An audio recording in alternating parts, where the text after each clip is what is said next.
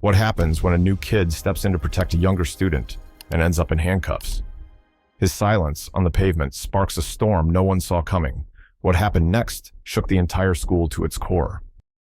It was one of those mornings where even the sky felt heavy, like it knew something I didn't. Thick clouds, no sun, just that gray weight hanging over everything. That was my first week at this new school out in the suburbs.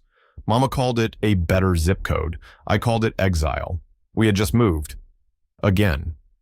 Mama's a nurse, night shifts, double shifts, whatever they throw at her, all to make rent and keep food on the table for me and my little sister. That morning, my sister forgot her backpack, so I begged the teacher to let me run it to her. Just wanted to help out. I'm heading across the yard when I see it.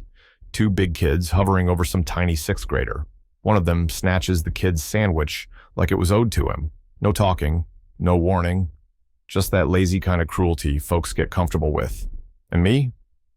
I don't know a single soul at this school yet, but I walked up anyway.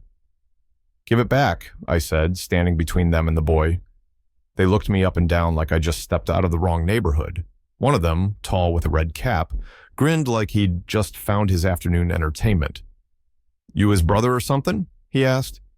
"No, but I know you're not," I said, snatching the sandwich and handing it back.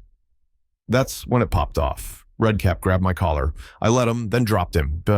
Quick knee to the gut, textbook. His boy jumped in, caught one to the ribs. I didn't swing wild. I stayed clean, precise, just like my pops taught me. I wasn't proud. I wasn't angry. I was calm. Until she showed up. Teacher, white, clipboard, panic in her voice. "Step away. Now. Who started this?" "They did." Both boys wheezed in unison, like choir practice. "He attacked us," one added, clutching his side. Next thing I know, I'm being marched off. No questions, no second looks. Just Devin Brooks, right? Principal's office. The kid I helped tried to speak up, but she shut him down with a hand wave, like his voice didn't count, like mine never did. In the office, the assistant principal, older white man, tired like he was allergic to justice, gave me that talk. "We won't tolerate violence here," he said, "especially from students who..." Well, I cut him off. "Who what?" He hesitated, then muttered, "Who need to earn trust." Just like that, I was labeled. Problem, threat, case file. That night, Mama got called in. She looked tired before they even said a word.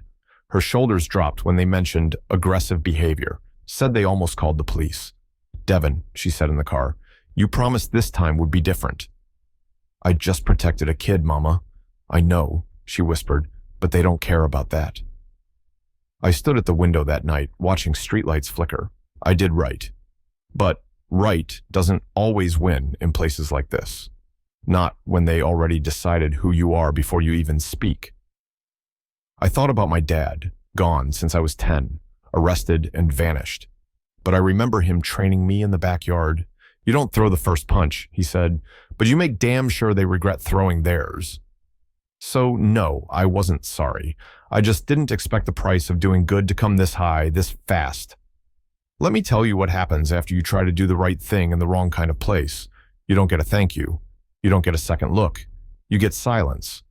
That cold, ugly kind of silence that wraps around you like plastic. See-through, but suffocating. That's what the school felt like after the fight. Like I was radioactive. Teachers stopped calling on me. Some wouldn't even look me in the eye.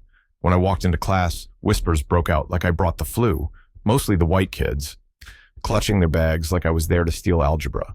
And the crazy part, half of them saw what happened. They knew I was protecting that boy, but the story they told themselves was easier than the truth. I became the threat, just like that. One morning, I saw a girl struggling to carry her books down the hall. She tripped, and they hit the floor like dominoes. I stepped in, helped her pick them up. Nothing major. She looked at me like I had 3 heads. Before she could even mumble, "Thanks," some kid behind me muttered, "Go back to your side of town, Muay Thai." I stopped. My knuckles tightened. My breath got sharp. But I didn't say a word. Not because I didn't have something to say, but because I knew how quick they'd flip that narrative. They already had it loaded. Lunchroom was worse. I walked up to the counter. Card didn't work. Funny, it worked fine yesterday. I tried again, same thing. Then, as I turned to go sit down, someone shoved a tray of milk at my feet. Oops, look who's about to snap again, said a voice behind me, Jake, one of the same two clowns from the first fight. You're supposed to be a fighter, right? Come on, show us how you all get down in the hood. I didn't move, not because I was scared, but because I was watching everybody else. They were watching me, hoping I'd give them what they expected, hoping I'd lose it. That night, I didn't say much. I left the house and went to the tree in the park, the old oak with the thick trunk, started shadowboxing like I used to with my dad, hit air until my arms burned, breathed until my lungs begged me to stop. When I came home, Mama was in the kitchen, back turned. They come at you again? She asked quietly. I nodded. She didn't turn around, just said, Son, I know how this goes, but don't let them pull you into who they think you are. If you let that happen, they win. Her voice was calm, but her hands were shaking. I wanted justice, not revenge, not a fight. Just one person to look at me and not see a problem. Just see a kid who stood up when no one else would. But that ain't how it works in places like this. The school called me in again. A week later, principal this time, sat me down, adjusted his glasses, hit me with a tone that said he'd already made up his mind. Devin, we've received a concern. Another student's parent called, said you intimidated their son. He's now experiencing anxiety because of the interaction. I blinked. Sir, I haven't even spoken to... Devin, he cut me off, raising a high hand like he was swatting away facts. We're considering moving you to a behavioral support class just to give everyone some space. Behavioral class. That's school speak for, we don't know what to do with you, so we'll put you where we don't have to see you. I sat there, quiet, throat dry. All because I did what was right. One time, later that day, as I was heading out, I saw Jake and his crew again. Same group, same routine. But this time, it wasn't me. They had that same little kid cornered by the dumpsters. One of them was filming on his phone. They were forcing the boy to say slurs, laughing, egging him on, threatening to post it online. And I swear to you, something in me snapped. I stepped forward, calm, controlled. Jake looked up, smirking. Hey, it's the hero. Careful, Bruce Lee. Cameras are rolling. Wouldn't want you to end up in cuffs. Then he kicked the kid, right in the leg. That was it. I moved fast. One grabbed me and shouted. I broke the grip. Another swung. I ducked, hit him in the chest. Clean, sharp, no wasted motion. Jake lunged. I pivoted, dropped him flat. I didn't touch anybody's face, didn't draw blood, just made it stop, but I wasn't alone. A voice behind me barked, hands up, now! I turned. Security officer, white, hand hovering over his belt like I'd robbed a bank. They were bullying him, I said. Down on your knees, now! The boy I'd saved shouted. They were filming him. He helped me. Down! Now! The crowd started to gather. Phones came out. I saw a girl filming. She shouted, why are you yelling at him? He just saved that kid. But the officer grabbed me, forced me down, face pressed to the pavement. Same ground those punks were lying on. No difference between us in his eyes. And somewhere behind all the shouting, someone said loud and clear, he protected a kid. What are you doing? Everything after that moment felt like fog, the kind that settles in your chest and won't let you breathe. The kind that makes the ticking of a clock sound like a countdown you didn't agree to. That's where I was, sitting in a holding cell at the local precinct, wrists cuffed, back straight, heartbeat pounding like it was trying to punch its way out. I wasn't scared, not exactly, but I was done pretending this wasn't real. They booked me like I was some threat to society. Not a word about the phone footage, not a mention of the kid they were hurting, just silence. Cold, familiar silence. Then the door opened, and there she was, Mama. Still so, in her scrubs, still wearing her work badge, still carrying the weight of this world on her shoulders. But her eyes? Full fire.